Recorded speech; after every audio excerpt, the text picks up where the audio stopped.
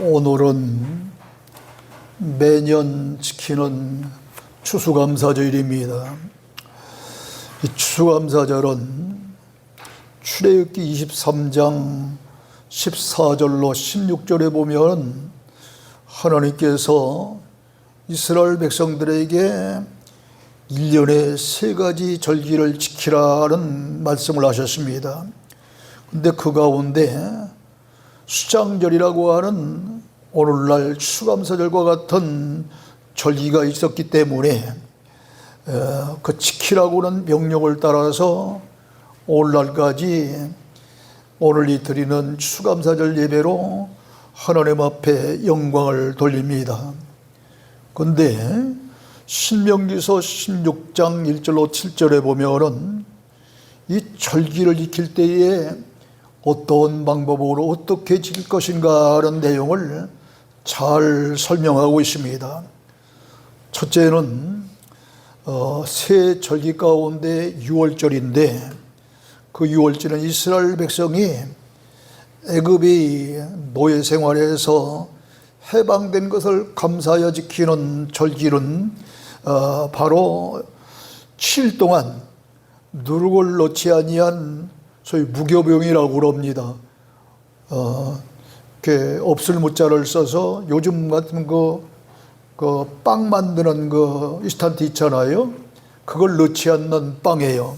그러니까 개떡 같은 거죠, 옛날에. 이러한 무교병을 먹고 고난의 걸 옛날 기념하는 그런 떡이기 때문에 고난의 떡이라고도 하는데, 이렇게 무교병 곧 고난의 떡을 먹으면서 애굽에서 해방된 것을 평생 기억하라는 절기입니다. 근데 이 절기 때에는 무교병을 먹고 이 절기를 지킴으로 말미암아 유월절이라고만 하는 것이 아니라 성경에 보면 무교절이라고 하는 그런 단어를 쓴 것도 있어요. 둘째는 맥주절이라고 하는 절기인데 6월절이 지난 다음 7주째입니다. 근데 이 한 주는 며칠이에요? 7일이잖아요. 7일. 그러니까 7일 동안에서 이제 7주가 지나니까 49일 지나서 50일째 되는 날이에요. 그래서 이 7주에 지킨다 해서 77절이라고도 하고 또 50일째 되는 날이기 때문에 오순절이라고도 하는데, 이스라엘들은 일순을 열흘로 봐요. 열흘로. 그러니까 오순절이라고 그렇게 부르기도 합니다. 또 이 맥주절은 이스라엘 백성들이 가나안 땅에 들어가서 농사여 처음 익은 열매를 드리는 그런 절기였기 때문에 처음 초자 열매실절을 쳐서 또 초실절이라고도 그럽니다. 셋째는 수장절로 1년 동안 추수한 곡식을 창고에 저장하고 저 들판에 초막을 짓고 거기서 일주일 동안 이제 광야에서 나그네로 초막 생활을 하면서 만나를 먹던 광야 생활을 기념하는 그러한 절기가 바로 수장절이라고 그러는데, 모두의 말씀드린 대로 이 수장절은 오늘날 추수감사절과 같은 거예요. 이 3가지 절기에는 우리에게 매우 뜻깊은 영적 의미를 주고 있습니다. 6월절은 영적으로 보면은 우리는 예수님을 믿기 이전에 마귀의 종, 죄의 종에서 이제 헤맸던 그런 사람이며, 그런 우리들이 이런 마귀와 죄의 종에서 해방받아 그리스도 안에서 구원을 받은 그런 부활절과 같은 날이 바로 이 6월절입니다. 맥주절은 마침 오순절날 마가의 다락방에서 간절히 기도하던 그런 사람들이 성령 충만을 받고 마가 다락방이라고 하는 그런 교회가 탄생된 그런 절기입니다. 수장절은 1년 동안 농사를 지어서 알곡은 창고에 들이고 쭉정이는 불에 태워버리듯이 마지막 세대에는 알곡과 같은 그런 성도는 저 하늘나라 천국장고에 들어보내지만은 쭉정이 같은 그런 신자는 영원히 꺼지지 않는 불에 태워버리는 지옥으로 보내는 그런 일이기 때문에 이제 소위 영적 추와 같은 의미가 있으므로 심판의 예표라 그렇게 볼 수 있습니다. 그런데 신명기서 16장 16절로 17절에 보면은 이 절기를 지키는데 빈손으로 오지 말라 그럽니다. 어떻게 빈손으로 오지 아니하고 어떻게 하라는 말이냐? 빈손으로 나오지 말고 여호와 하나님께서 주신 복을 따라서 힘껏 드리라 그랬습니다. 어떤 사람은 11조를 많이 하니까 내가 대단히 헌금을 많이 하는 줄 알고 있습니다. 11조를 적게 하는 사람은 헌금을 적게 하는 사람입니까? 결코 그런 거 아니에요. 많이 하나님께서 거둬들임에 많은 11조를 한 것이고, 또 11조를 적게 한 사람은 수입이 적으니까 적게 한 것뿐이지 질적으로는 많이 한 것이나 적게 한 것이나 똑같은 줄로 믿습니다. 이처럼 우리들이 하나님 앞에 힘껏 드리는 것도 자기의 형편과 사정을 따라서 힘껏 드리라는 거예요. 그리고 이제 이렇게 빈손 들지 아니하고 하나님의 주신 복을 따라서 많은 주신 사람들은 많은 헌금으로, 적게 주신 사람은 그에 따라서 적은 헌금으로도 정성껏 최선을 다하면 되는 거예요. 그러므로 오늘 또 우리는 최선을 다해서 준비한 감사의 예물을 하나님께 드리면서 추수 감사 예배를 드리는 것입니다. 추수감사절은 열매를 거두어 드리는 절기인데 본문을 보면은 나쁜 열매와 아름다운 열매라고는 단어를 쓰고 있어요. 근데 왜 이런 얘기가 나오느냐? 여러분 15절을 보세요. 거짓 선지자들을 삼가라. 양의 옷을 입고 너에게 나오라. 속에는 오략질하는 일이라 하고서 그들의 열매로 하면서 소위 나무에서 좋은 나무는 좋은 열매, 그 다음에 나쁜 나무는 이제 나쁜 열매를 따는데 16절에서 뭐라고 그럽니까? 가시나무에서 포도를 또는 엉겅퀴에서 무화과를 따겠느냐? 이와 같이 좋은 나무마다 아름다운 열매를 맺고 못된 나무가 나쁜 열매를 맺나니 였으니까 이게 실질적으로 이런 나무를 말하는 것이 아니라 15절에서 이야기한 거짓 선지자들을 이제 이야기하면서 이야기를 하기 때문에 이 나무에 대한 열매가 아닌 거예요. 지금 사람이 거둬야 될 신앙의 열매인 것입니다. 자, 여러분 마태복음 3장 8절을 펼쳐보시기 바랍니다. 마태복음 3장 8절입니다. 마태복음 3장 8절에 보면은 그러므로 회개에 합당한 열매를 맺고 속으로 아브라함이 우리 조상이라고 생각하지 말라. 내가 너희에게 이르노니 하나님이 능히 이들도 아브라함의 자손이 되게 하시리라. 또 이어서 뭐라고 하냐? 이미 도끼가 나무 뿌리에 놓여 있으니 좋은 열매를 맺지 아니하는 나무마다 찍혀 불에 던지리라. 나는 너희로 회개하기 위하여서 물로 세례를 베풀거니와 내 뒤에 오시는 이는 나보다 능력이 많으시니 나는 그의 신을 들지도 감당하지 못하겠노라. 그는 성령과 불로 너희에게 세례를 베푸실 것이요 손에 키를 들고 자기의 타작마당을 정하게 하사 알곡은 모아 곳간에 그리고 쭉정이는 꺼지지 않는 불에 태우시리라 그럽니다. 그런데 이 세례 요한이 이야기한 이 말씀도 보면은 사실은 이제 도끼가 나무 뿔에 놓여서 좋은 그런 열매를 맺지 않은 나무다 찍혀 불에 던지리라 했지만은 앞서 무슨 얘기예요? 회개에 합당한 열매를 맺으라 해놓고서 9절에 가면 속으로 아브라함이 우리 조상으로 생각하지 말라. 내가 너희에게 이르노니 하나님이 능히 이 돌들로도 아브라함의 자손이 되게 하시리라 하는 이 말씀을 모아서 육적인 그런 아브라함이라고 자랑하고 있는 그러한 그 믿음이 없이도 나는 아브라함의 자손이다 하고서 자기들을 드러내는 그러한 이 믿음 없는 유대인들을 향해서 경고하는 말씀이란 말이죠.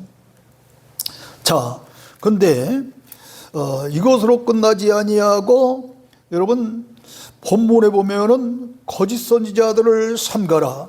양의 옷을 입고 너희에게 나오나 속에는 노략질하는 그러한 일이라 해놓고 그들의 열매를 통해서 그들이 어떤 사람인가를 알지니 가시나무에서 포도를 또는 엉겅퀴에서 무화과를 따겠느냐.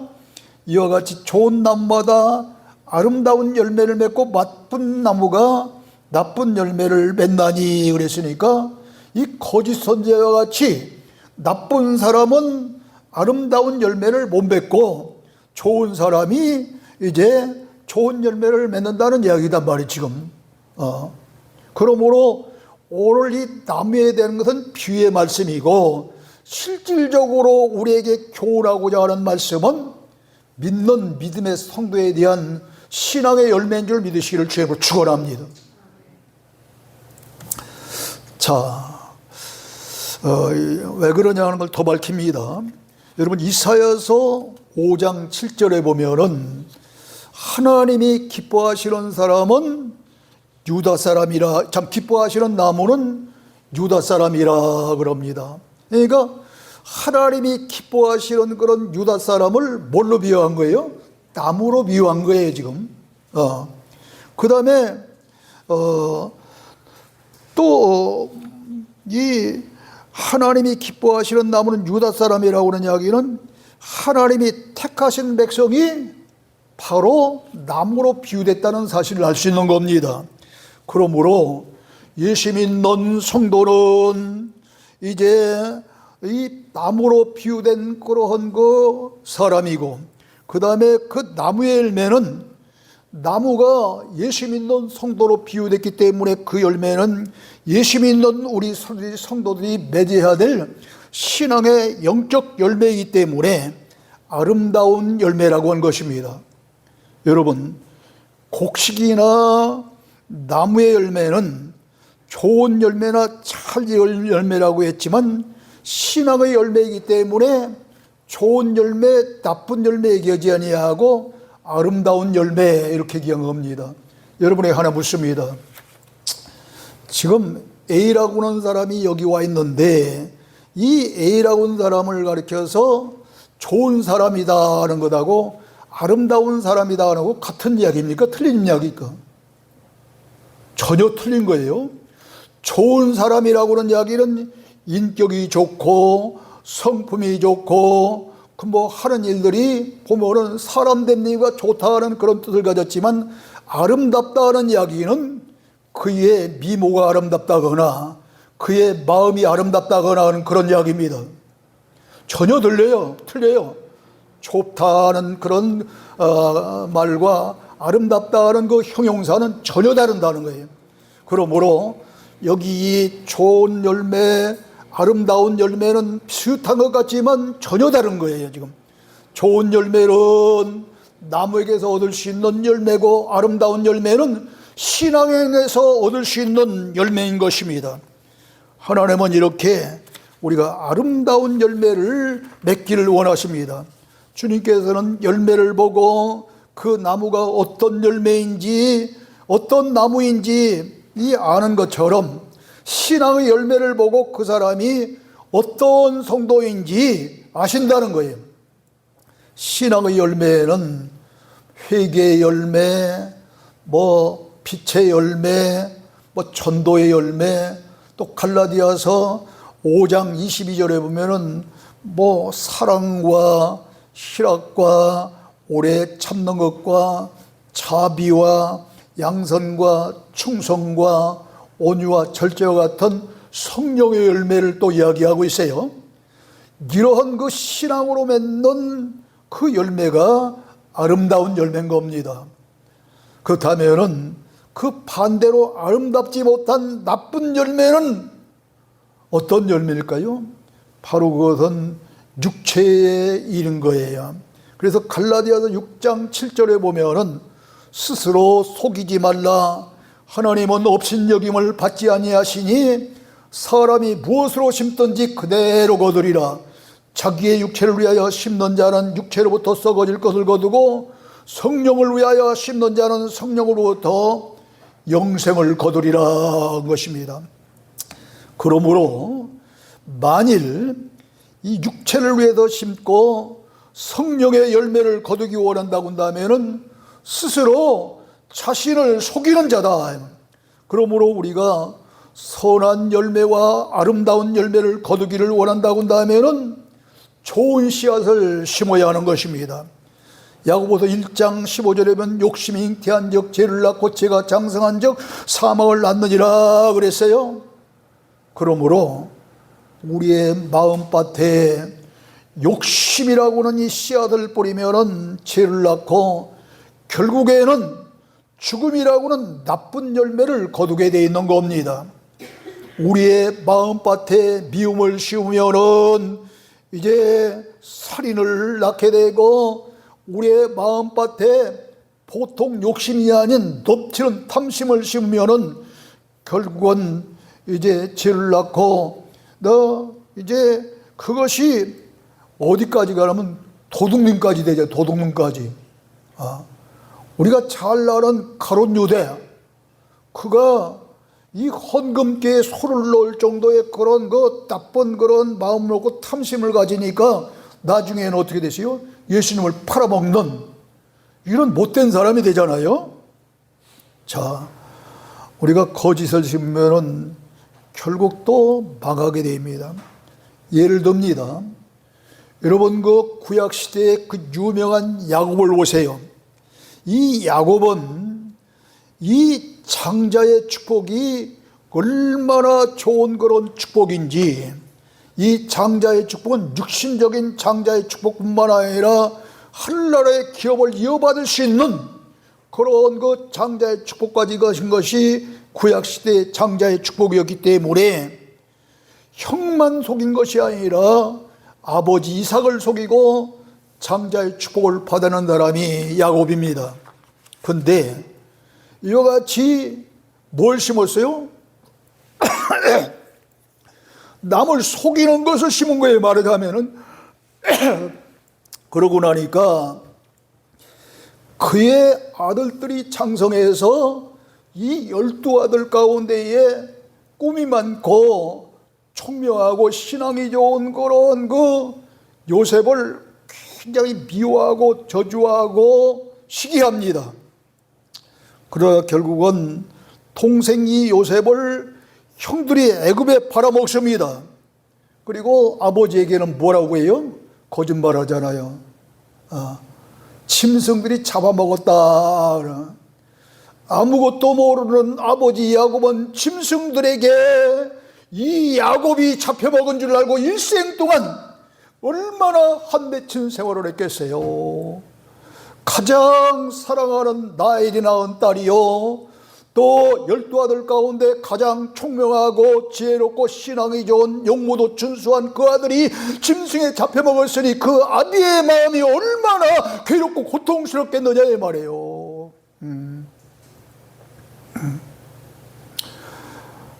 야곱은 이렇게 가슴 아픈 삶을 살았습니다. 유명한 저 아방은 나봇이라고 하는 사람이 잘 갖고 온 포도밭을 보자 욕심이 생겼어요. 그래서 이 포도를 보고 탐내서 결국은 나봇을 죽이고 후에 포도를 완전히 자기의 것으로 뺏어버렸습니다. 이를 보고 당시 유명한 엘리야 선지자가 이 아방을 향해서 뭐라고 하냐면, 개들이 나봇의 피를 핥은 곳에서 개들이 내 피도 핥으리라 그랬습니다. 아방이 나봇의 포도를 뺏고 그것으로 끝나지 아니하고 나봇까지 죽였으니까 그때에 흘린 그 피 동네 개들이 와서 핥아먹었는데 그 자리에서 너도 그렇게 죽으리라는 거예요. 그랬더니 이 웬일입니까?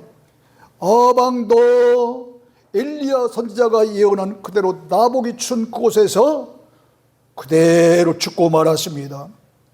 뿐만 아니라 그의 아내 이세벨이라고 그런 왕후도 먼 훗날 수년 뒤에 내시의 손에 의해서 창밖에 던져짐을 받음으로 말미암아 피를 흘리며 죽었습니다. 모두가 다 심은 대로 거둔 것입니다. 저 이스라엘의 유명한 성군 다윗도 우리아의 아내를 범하고 우리아까지 죽이기까지 이렇게 죄를 짓고 난 후에 어려움을 많이 당했습니다.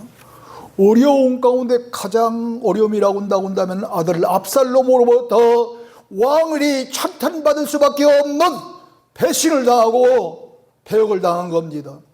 다른 사람도 아닌 아들이 자기의 왕위를 누리고 배신하고 배역하는 이런 마음이야말로 얼마나 힘들고 고통스럽겠어요.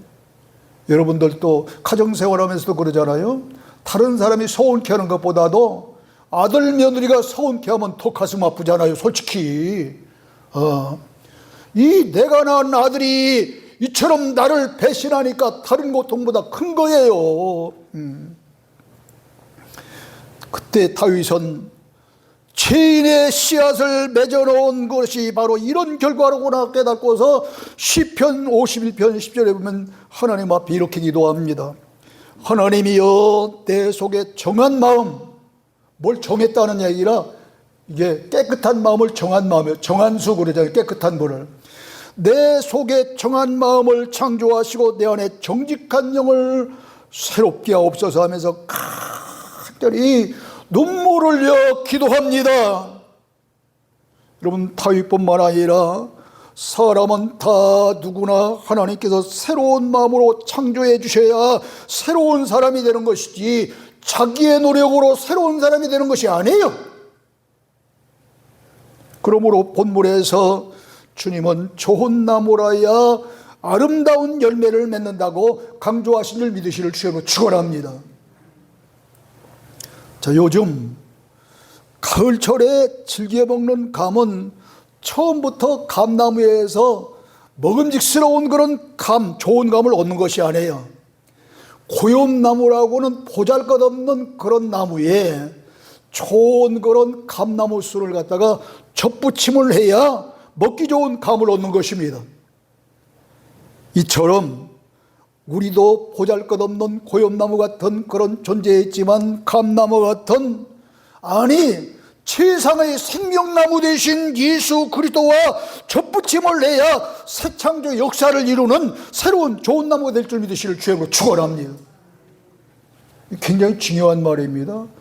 고염나무가 좋은 열매를 맺고 좋은 감나무에 접붙임을 받아야 맺듯이 우리도 조염나무 같은 그런 존재인데, 나무 중에서 가장 최상의 나무는 생명나무인데 그 생명나무는 예수님을 상징하는 나무 아닙니까?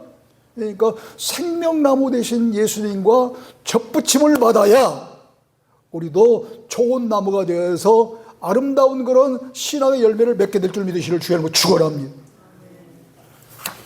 아름다운 열매는 좋은 씨가 자란 것입니다. 베드로전서 1장 23절에 보면은 너희가 거듭난 것이 썩어질 씨로 된 것이 아니요 썩지 아니할 씨로 된 것이니 하나님의 살아있고 항상 있는 말씀으로 되었느니라 그랬습니다. 그러니까 말씀이 좋으신 거예요 지금. 요한일서 3장 9절에도 이런 말씀이 있어요. 하나님으로부터 난 자마다 죄를 짓지 아니하나니 이는 하나님의 씨가 그 속에 거함이요 그도 범죄하지 못하는 것은 하나님으로부터 나왔음이니라 그럽니다. 여러분, 사람의 씨에는 아담의 씨와 예수님의 씨가 있습니다. 그런데 우리는 본래 죄 지은 아담의 후예들이에요.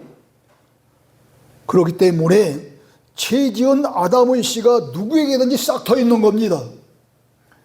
그러므로 죄 지은 아담의 씨를 제거하고 없애버리고 죄 없는 예수님의 씨를 심어야만 되는 것입니다. 그것이 소위 회개하고 이제 물과 성령으로 거듭나는 중생인 줄로 믿습니다.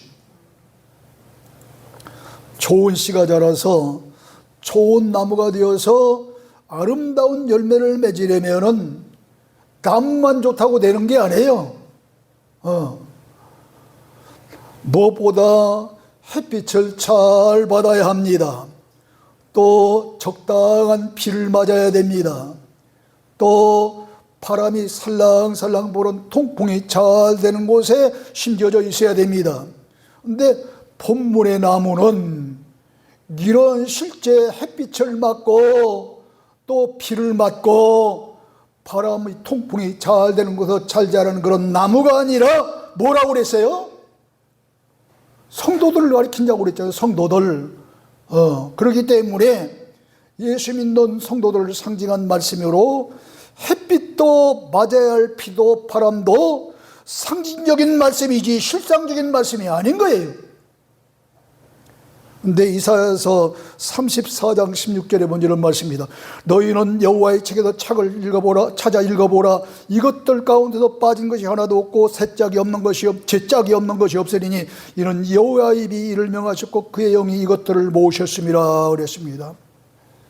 그러므로 시대와 역사적인 환경과 교육 정도와 다른 40여 명의 그러한 그 기자가 성경을 썼는데도 이 성경은 서로 유기적인 관계를 맺고 있기 때문에 창세기부터 계시록까지 다 서로 통하게 되어 있어요. 뿐만 아니라 말씀을 책을 찾아보면 상징적인 그런 말씀을 쉽게 알 수 있습니다. 그럼 찾아봅니다. 해가 과연 뭐냐? 시편 84절 11절에 보니까 해는 하나님이라 그래. 하나님이 해라는 거예요.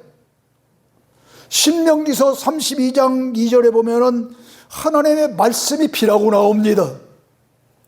또 에베소 5장 26절에 보면 비와 같은 물이 말씀이라고 나옵니다. 또한 바람은 여러분 출애굽기 14장 21절에 보면 이스라엘이 출애굽 없이 홍해바다를 만났을 때 앞으로도 갈 수 없고 뒤로도 갈 수 없는 위기양난에서 모세가 바다 위로 손을 내밀며 여호와 하나님께서 밤새 뭘 보내요?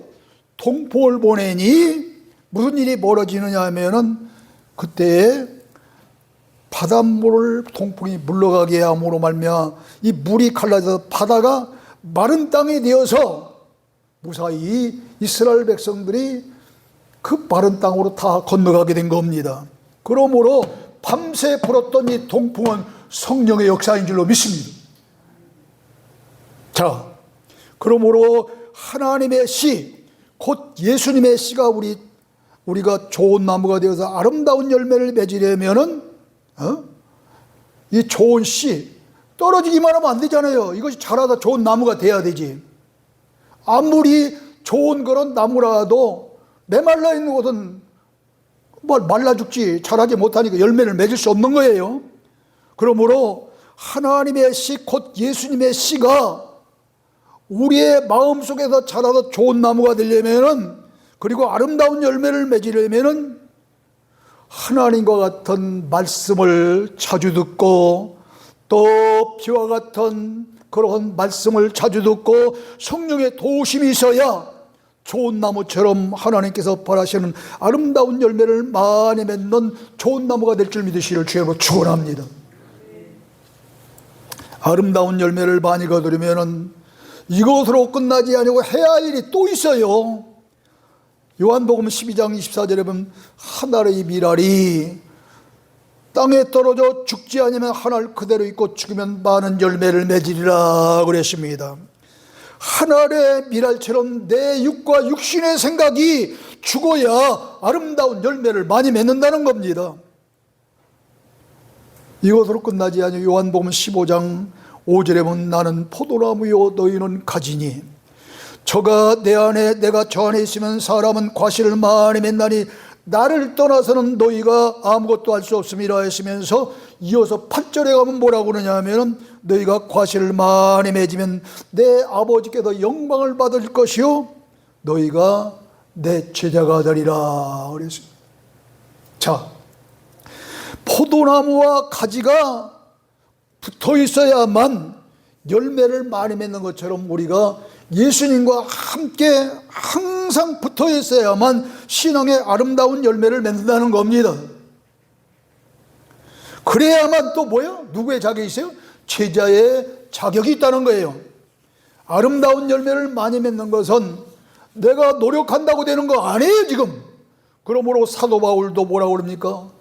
오호라 원하는 선은 행하지 못하고 원하지 않는 악한 일을 행하노라 하면서 자기를 돌아보며 한탄하고 있잖아요.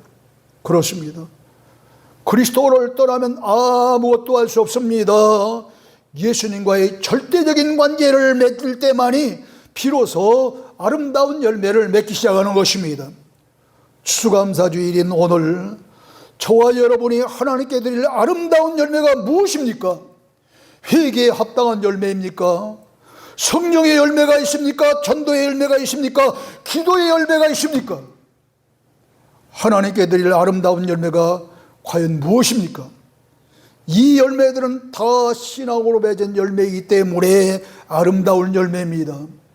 모쪼록 포도나무에 붙어있는 가지가 되어서 이 아름다운 열매를 많이 맺는 귀한 성도 여러분 다 되시기를 주의 이름으로 축원합니다. 열매는 굉장히 중요한 말. 열매는 하나님의 심판을 교훈하고 있습니다. 여기서 왜요? 본문 19절 보세요. 아름다운 열매를 맺지 아니하면 나무마다 지켜 불에 던지니라 그랬습니다. 아름다운 열매를 맺지 못하면은 그 나무마다 지켜 불에 던지라고 그랬는데 이 나무는 성도들이라고 그랬잖아. 성도들이라고. 그뿐만 아니라 모양만 열매 같은 쭉정이도 꺼지지 않는 불에 태움을 받게 된다고 마태복음 3장 12절을 말씀하고 있어요. 그러므로 열매를 맺지 못하는 것은 심판이고 아름다운 열매를 맺는 것은 상급인 겁니다. 알곡인지 쭉정인지를 가리는 그런 작업이 타작이에요.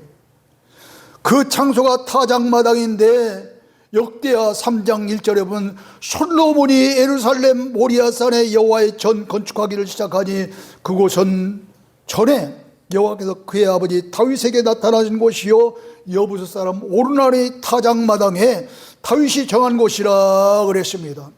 그런데 그 타작마당 바로 모리아산이 있는 그곳에 무슨 일이 있었냐면 아브라함이 하나님의 명령을 받아서 하나밖에 없는 독자 이삭을 번제물로 바친 곳입니다.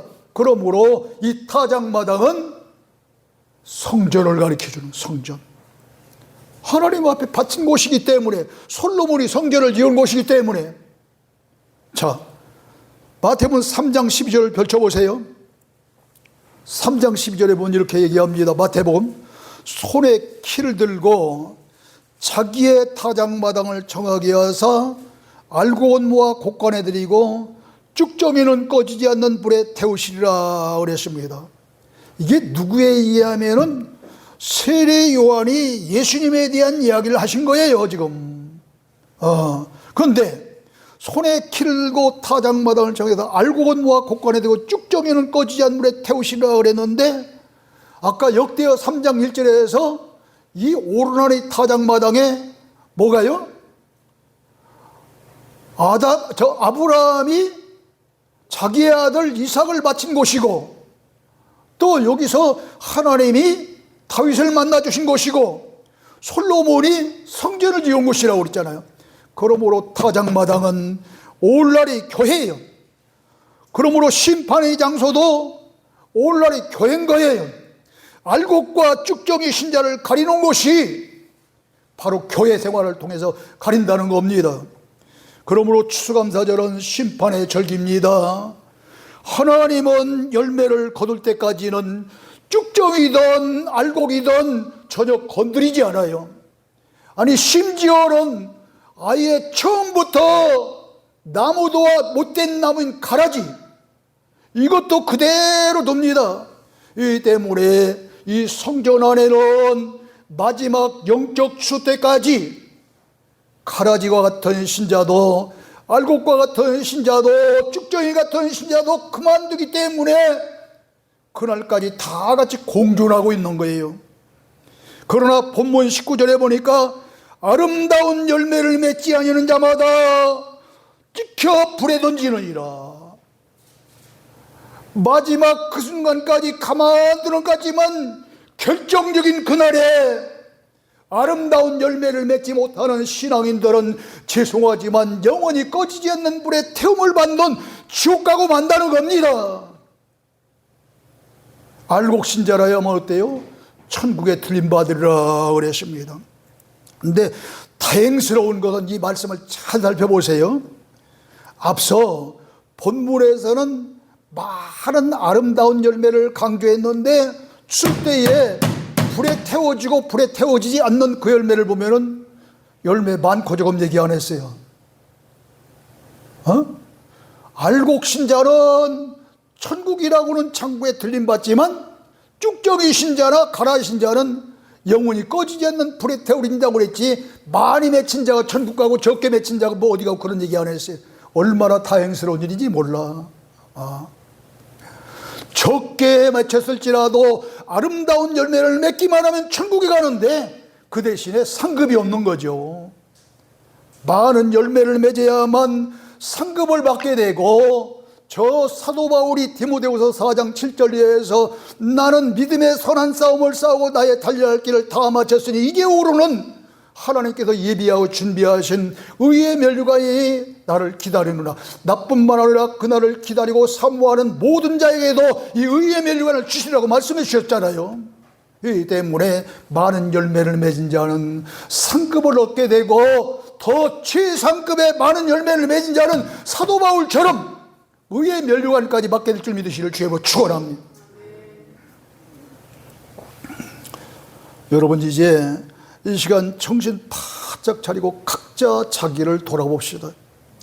예수님과 접붙임을 받았는지, 아름다운 열매를 얼마나 맺었는지 각자 자기를 돌아보고, 만약 아름다운 열매를 맺기에 합당치 못한 그런 나무라고 한다면 햇빛 받아야 될 거 아니요, 비를 맞아야 될 거 아니요, 또 아니 그것으로 끝나지 아니하고 이제 바람을 맞아야 될 거 아니에요. 그러니까 우리 모두 예배 시간마다 참석해서 해와 같은, 물과 같은, 비와 같은 이런 말씀을 받고, 또 기도하여 성령 충만 받음으로 홍해바다를 말렸던 동풍바람이 여러분에게 불려서 열매를 많이 맺을 수 있는 믿음의 귀한 성도 여러분에 대해서 이 영적 출대가 심판받는 날이 아니라 상급받고 면류관 받는 아름다운 그러한 그 영광의 귀한 9월의 날, 그런 상급받는 날이 다 되시기를 주님의 이름으로 축원합니다. 하나님 아버지 은혜와 사랑을 중심으로 감사합니다. 오늘 우리는